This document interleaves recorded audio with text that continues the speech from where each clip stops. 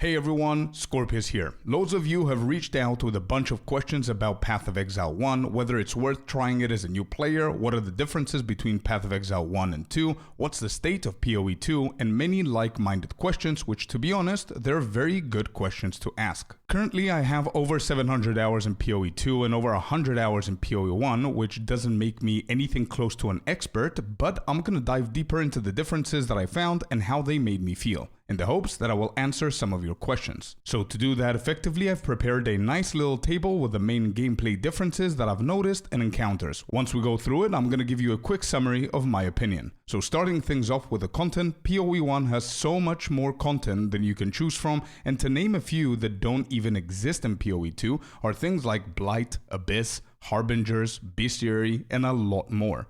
POE2 on the other hand is pretty manageable, and some would say that the content is not enough. The gameplay feeling of POE1 is very satisfying, but sometimes it can be overwhelming. With how juiced up the builds and the maps are, it can oftentimes create extreme clutter, which made me lose track of what's happening. That might also be correlated with how much you know and play the game. POE2 on the other hand is also satisfying in its own way, but sometimes feels a little bit too slow. POE1 has only the mouse option as movement, while POE2 gives you the option between mouse and WASD. Also, pausing the game in POE1 is not an option, while it is in POE2 by hitting the escape key on PC or opening your passive skill tree. The movement speed of the two games is insanely different. In POE1, you run so much faster, not only running faster, but unlocking different blinks, dashes, and teleports, while POE2 has abilities such as blink and movement speed on the boots, but it's far more lenient and strict as to when and how you use them. With so much movement speed and abilities that allow you to spam dash through the content, the clear speed in POE1 is miles faster than POE2.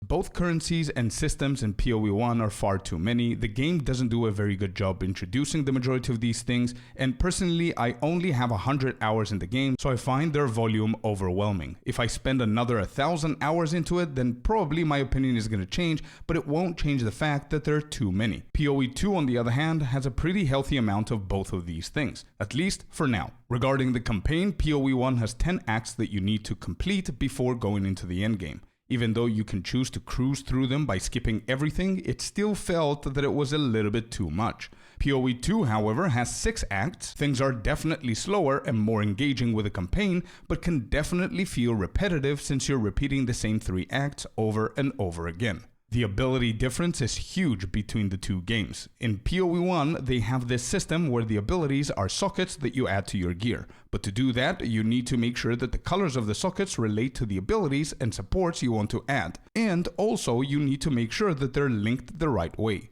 Additionally, there are different enchants for the abilities that transform them into new abilities. Personally, I'm not a big fan of this system at all, and I prefer POE2 system of the gear 100%, but one thing that I absolutely loved in POE1 was the way that you leveled up your abilities. So each ability in support gem has a progression bar that you need to kill enough monsters to level it up. So while you're killing stuff, you're also leveling your abilities. In POE2, we have a very organized and good system for the abilities, while it's also completely separated from the gear or anything else. However, the leveling system of the abilities can be better. I would much rather have POE1's leveling system rather than having 500 uncut skill gems, or not being able to find a level 20 upgrade.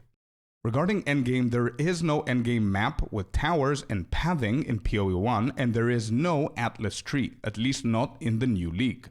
You simply add your map token into the device, run the map, and go on to the next one. Also, dying in POE1 doesn't lose you the map as you have multiple tries to complete it. POE2 has both a progression map and an Atlas tree for the base stats of your endgame maps. And if you die, then you lose the map and its modifiers that you juiced up. Speaking of juicing up the maps, we've got the next point. It's insane how much you can add into a map in POE1 compared to POE2. In Path of Exile 2, you add your base 6 modifiers on a Waystone, add Deliriums and Corruption, while you also have your Atlas Tree points and tablets for towers. In POE1, there are these idols that have a bunch of modifiers on them that you can place 10 or 20 different ones in a little tab, just like the Trial of Sakema's rituals, that give you a ton of modifiers while also adding things like scarabs and multiple other items on them. You can have a breach, a ritual, a blight, 2 bosses, strong boxes, expedition, and a lot of other mechanics into a single map.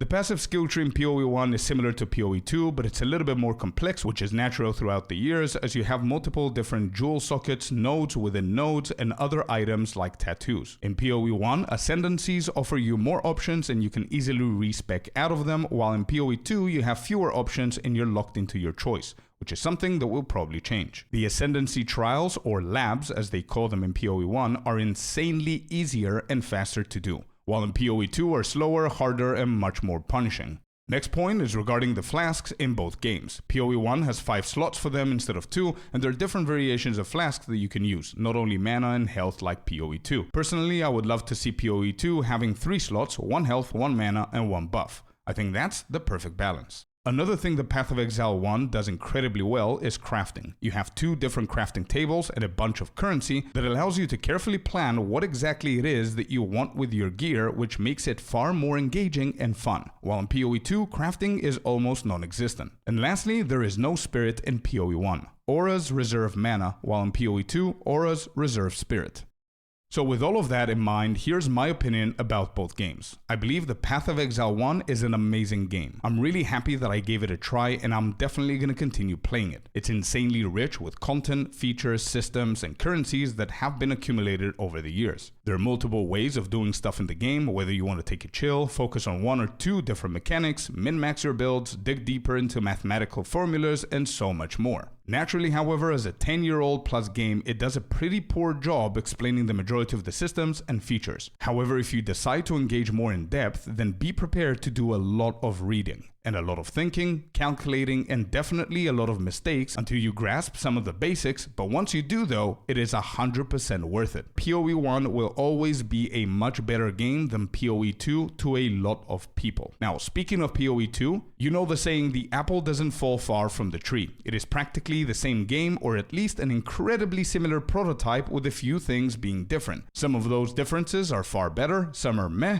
and some are worse. Straight off the bat, Path of Exile 2 is much easier to understand and follow as a beginner, as there are far less systems, features, currencies, and overall content to choose from, so it's a lot easier to catch up. The campaign feels more of an adventure and definitely a lot slower. The slight RP and longevity of some of the areas slow down the pace for beginners to understand and have the time to process things, although this quickly becomes repetitive to veterans or players who want to level multiple characters. Path of Exile 2's features compared to POE1 are more simplistic. Things such as the ability tabs, explanation of currencies, equipping gear, and adding sockets, all of which will make it a lot easier and faster to follow a simple guide which will help you create the build that you need while also understanding what it is you're doing. So in a nutshell, POE2 is definitely much slower than POE1. There are more strict restrictions and definitely less freedom when it comes down to enhancing your build, your clear speed, and dealing with endgame. Yeah, it can definitely feel a little bit underwhelming once you have 500 or 600 hours into the game, but update after update, it will catch up to its true potential, which I believe we haven't even seen 50% of it. And although I know that a lot of the best players or veterans of POE1 are not very fond of POE2 and demand changes that will make it feel like POE1,